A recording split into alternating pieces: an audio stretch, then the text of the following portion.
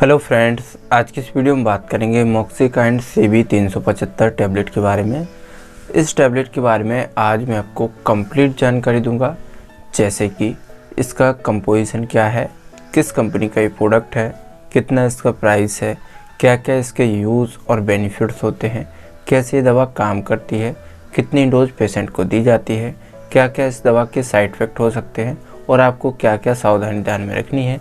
इन सारी बातों के बारे में आज की इस वीडियो में डिटेल में जानेंगे, तो वीडियो को पूरा ज़रूर देखें, तभी आपको इसके बारे में सब कुछ समझ में आएगा और इस दवा से होने वाले कई तरह के नुकसान से भी बच पाएंगे।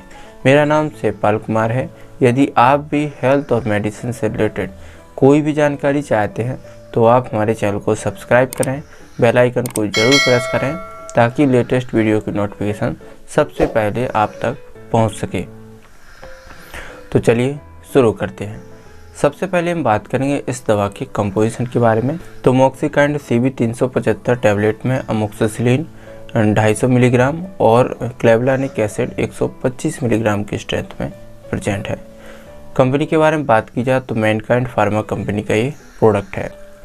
प्राइस के बारे में बात की जाए तो 16 से 17 रुपये में एक टैबलेट आपको आसानी से किसी भी मेडिकल स्टोर पर मिल सकती है।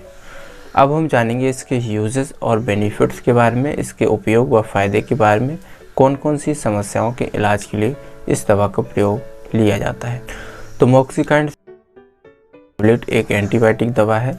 इसका इस्तेमाल बैक्टीरियल इन्फेक्शन के इलाज के लिए किया जाता है, जैसे कि नाक कान गले का इन्फेक्शन, रेस्पिरेटरी ट्रैक्ट इन्फेक्शन जैसे कि निमोनिया, ब्रोंकाइटिस, फेफड़ों का इन्फेक्शन, गले में खराश, खांसी आना या निगलने में कठिनाई होना, इस प्रकार की समस्याओं के इलाज के लिए भी इस दवा का प्रयोग लिया जाता है।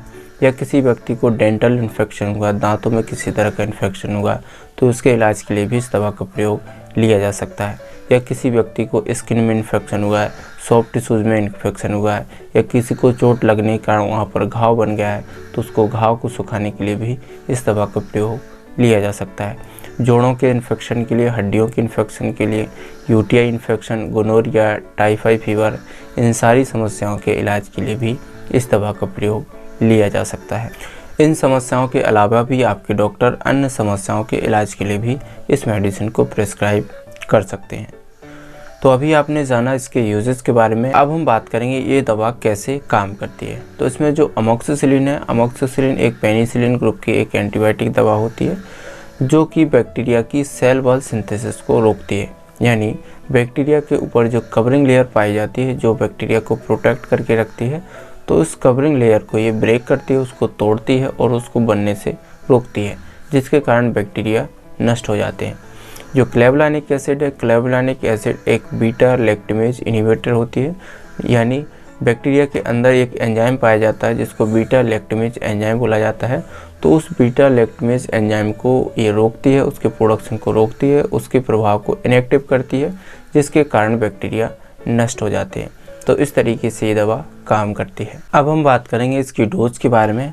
तो इसकी एक एक टैबलेट सुबह शाम दी जा सकती है, लेकिन आपको हमेशा अपने डॉक्टर की सलाह के बाद ही इस दवा का प्रयोग करना चाहिए, क्योंकि प्रत्येक पेशेंट की मेडिकल कंडीशन अलग अलग होती हैं, उसके हिसाब से डोज भी अलग अलग दी जाती है।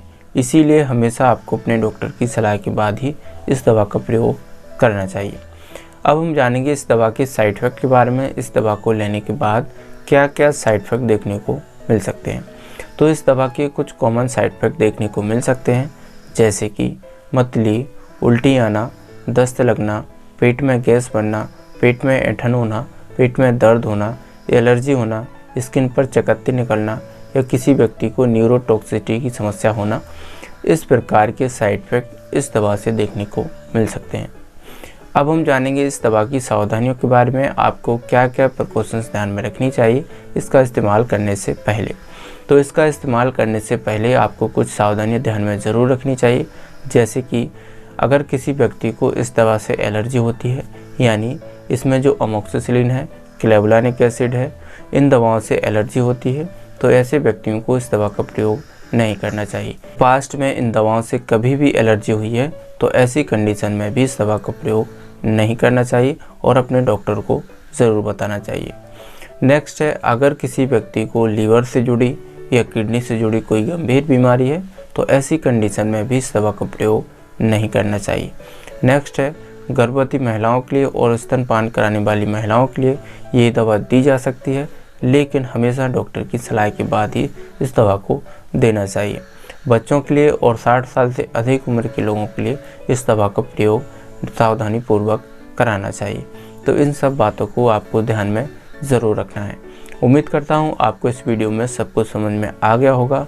अगर आपका कोई सवाल है तो कमेंट में ज़रूर लिखें। वीडियो को लाइक करें, शेयर करें। इसी तरह की हेल्थ और मेडिसिन से रिलेटेड जानकारी पाने के लिए हमारे चैनल को सब्सक्राइब ज़रूर करें। धन्यवाद।